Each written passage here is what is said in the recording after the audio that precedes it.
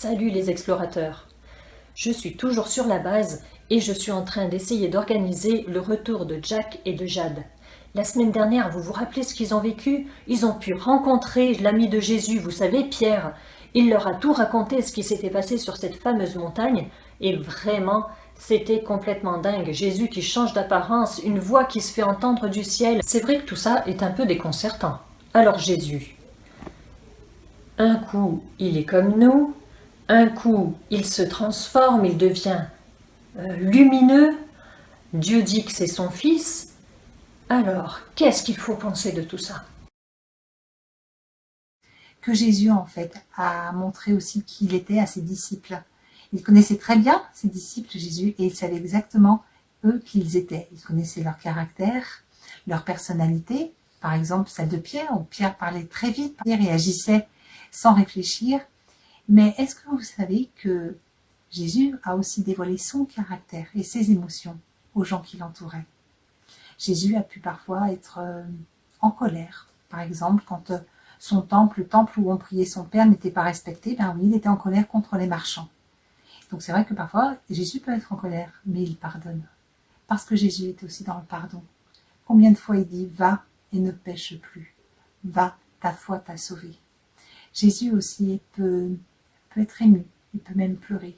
Parce qu'il a été confronté à la mort de Lazare et face à la tristesse de Marthe et Marie, il a pleuré. Ce que j'essaye de vous dire, c'est que oui, quand Jésus voit des personnes qui sont tristes, lui aussi peut l'être. Et quand vous pensez parfois que vous traversez des choses très compliquées, que vous pleurez dans votre chambre, n'oubliez pas que Jésus est là. Il peut aussi pleurer avec vous, mais surtout, vous n'êtes pas seul. Parce que même s'il pleure avec vous, il est un roc, il a un appui. Vous pouvez vraiment vous appuyer sur lui.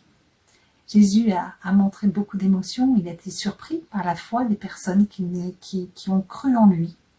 Il a même parfois été surpris par des personnes qui, eux, par contre, n'avaient pas de foi, comme Pierre, qui a manqué de foi. Mais Jésus, surtout, il est amour, il aime les gens et il vous aime. N'oubliez pas qu'il vous aime profondément. C'est ce que je voulais vous partager ce matin. Je vous embrasse fort. Ciao. Donc moi, tout ce que j'ai compris, c'est qu'en fait, Jésus, il était comme nous. Il a pleuré, il a ri, il a aimé, il a été parfois vraiment très étonné de l'attitude des gens. Et dans toutes les situations, en fait, il peut nous comprendre, il a voulu nous montrer ça. Par contre, à 3 disciples dont il était particulièrement proche, il a montré qu'il était le Fils de Dieu. Et là, ça a bouleversé leur vie. Et je crois qu'aujourd'hui, si vous voulez aussi avoir une vie vraiment qui est vraiment impressionnante, où il y a plein de belles choses qui se passent, il ne faut pas hésiter à suivre Jésus partout. Même si c'est pour avoir parfois des montagnes de difficultés, c'est pas grave, suivez Jésus. Vous savez, il y a des gens qui veulent être heureux et au lieu de suivre Jésus, ils cherchent tout un tas de choses, tout un tas de solutions. Alors, par exemple, il y en a, ils veulent être riches. Ils se disent, si seulement je pouvais être riche, alors là, ça serait vraiment merveilleux, ma vie aurait vraiment un sens. Alors, c'est comme s'ils voulaient ajouter des paillettes dans leur vie. Vous voyez, ils rajoutent des paillettes, puis là, ils se disent, là, ça va tout transformer.